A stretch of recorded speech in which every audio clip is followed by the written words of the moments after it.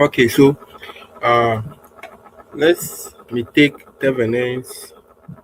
method, Thevenin's method, or Thevenin's circuit in the analysis of electrical circuits.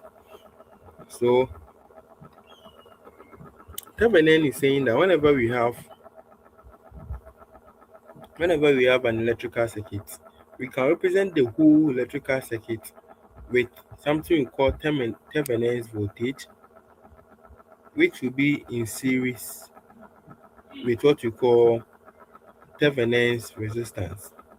And if you get these two components, electrical components, it is the same as the whole circuit being open to a source voltage of AB. And this source voltage is what you are calling the Thevenin's voltage. So this is what it means. Here's what it means. So if I have a series of electrical circuits, a lot of components there, I can represent that whole lot of electrical circuit with just Thevenin's voltage being in series with Thevenin's resistance, and the rest being an open source. That's all. So the open source is where you would connect whatever they told you to find. So this particular method is mostly used in the industry when you want to present small electrical circuit to a complex plenty components connected together. We have plenty components connected together. We just represent it with Thevenin's voltage in series with Thevenin's resistance. And that circuit here is the same as the one which is here. So if we reduce this to that, just a voltage and a resistor. That's what Thevenin is saying. So this is mostly understood by students when we use example. So let me quickly give you the understanding you need. The lecturers will not give you that. So follow FIPS and God will help you through. So this is what we do. I have a problem here. Using Thevenin's theorem, determine the current in the 4 ohms watt resistor. So you want to know the current in this resistor here. So what we do is we open this part of the circuit, this branch, because that's where we want to find the current flowing through. So you open that part. So this is what I will do. 2 ohms is here, 8 ohms is here, minus, plus, minus, plus. Then let me do network.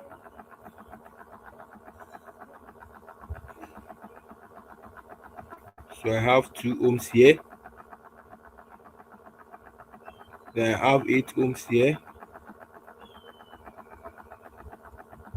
plus, minus, plus, minus.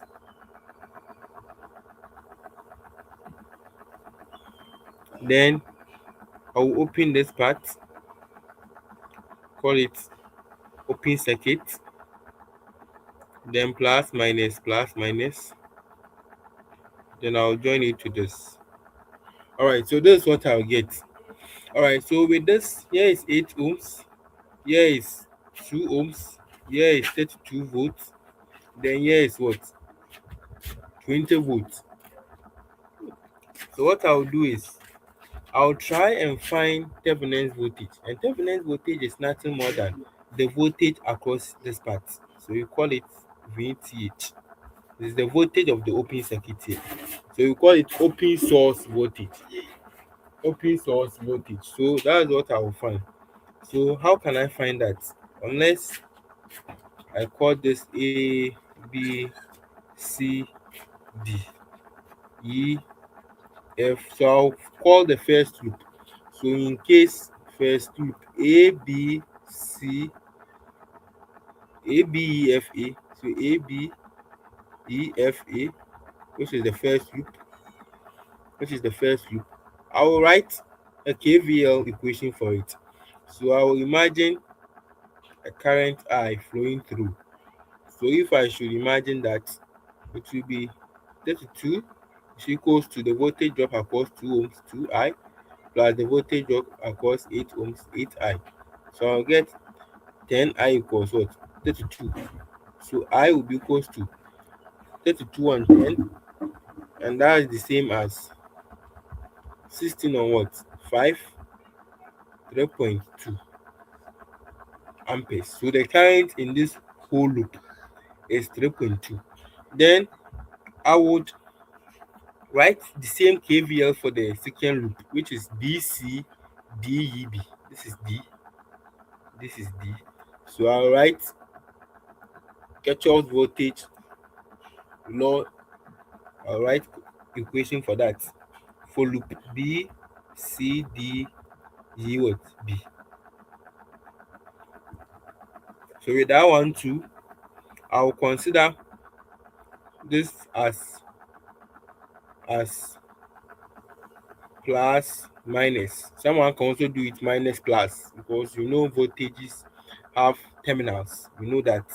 So with this, I also assign clockwise, but this is not a method of mesh. So you know do 8 times this minus that. No, this is Thevenin's. So you determine the KVL for the other loop. So with that one too, to be minus VTH minus because it will move from positive to negative. It will come out from the negative terminal. Minus what? 20 to come out from negative terminal here. This is negative. Plus the voltage drop across this 8 ohms, which will be 8I to 0.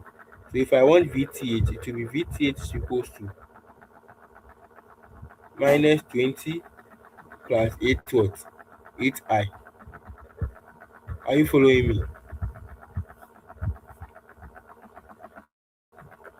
So VTH will be equal to minus 20 plus 8 times I, by I was 3.2, 3.2, which is the same as 16 on 5, right? So 3.2, so 32 times 8 is 256. So here is 25.6. So minus 20 plus 25.6 is 5.6 what? Volts. 5.6 volts. So that is the Thevenin's voltage I had. So what it means is this whole circuit here can be represented with this plus or minus Thevenin's voltage plus my Thevenin's resistance. I've not found it yet. I've not found the Thevenin's resistance yet. So here is maybe AB. Don't forget this AB is the open part of the circuit. This 4 ohms. That's where I've opened it. So the voltage source here is the VTH, which we had 5.6 volts.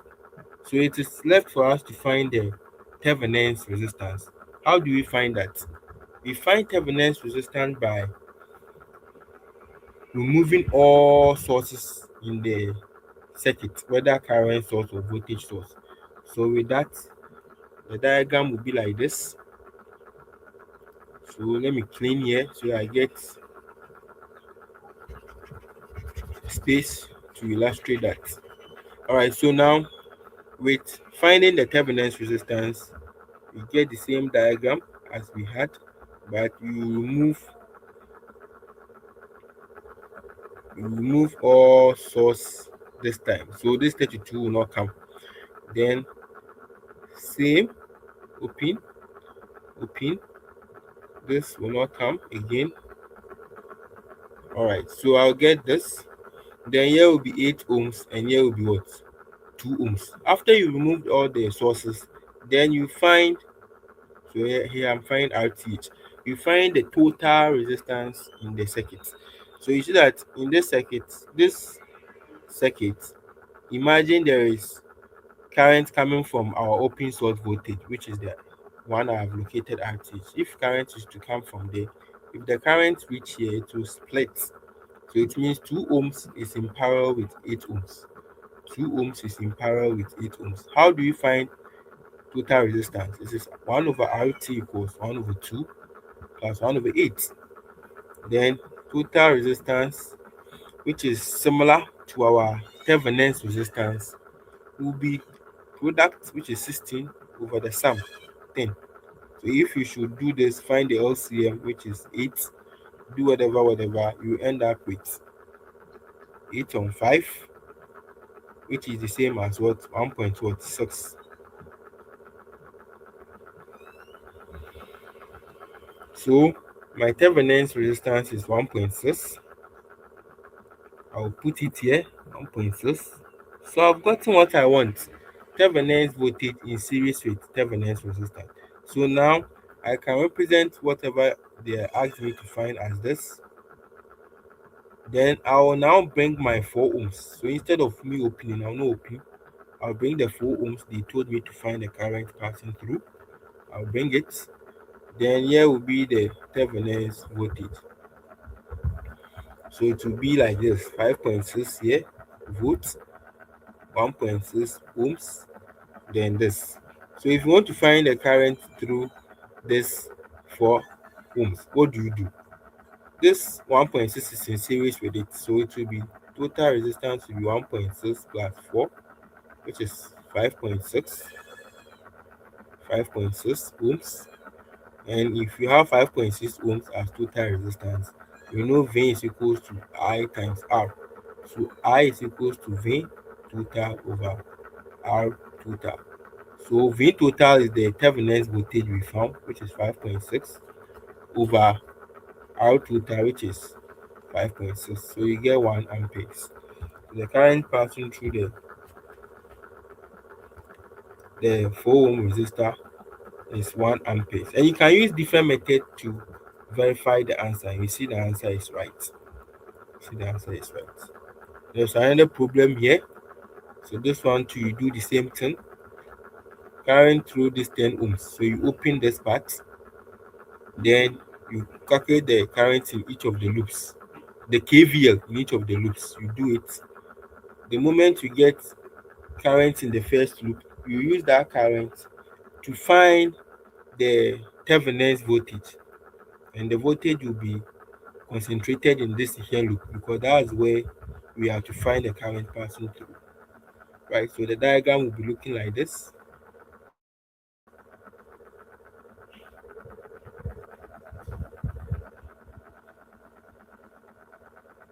For this particular example, that is how the diagram will be looking like. Then you clean here. So here will be 15 ohms. Then this one will come.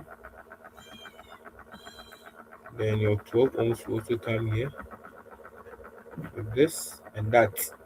Are we okay? So 12 volts here will be 12 ohms. Here is 6 volts rather. 6 volts. Here is 8 ohms, 15 ohms, 5 ohms, then 4 volts. So you find current through I here in this loop by using KVL. You get the current in this loop. The current you get in this loop will be used to find the VTH. After you've gotten the VTH, you find the RTH by closing all current or voltage sources. So here will be closed, here will be closed. Then you determine the net resistance. And from what I'm looking, this and this will be in parallel. This and this will be in parallel. You find the net resistance of this and this. Find the net resistance of this and that. Then the net resistance you get for this and that will be in series. You add the two, then you find your RTH. Then now your RTH in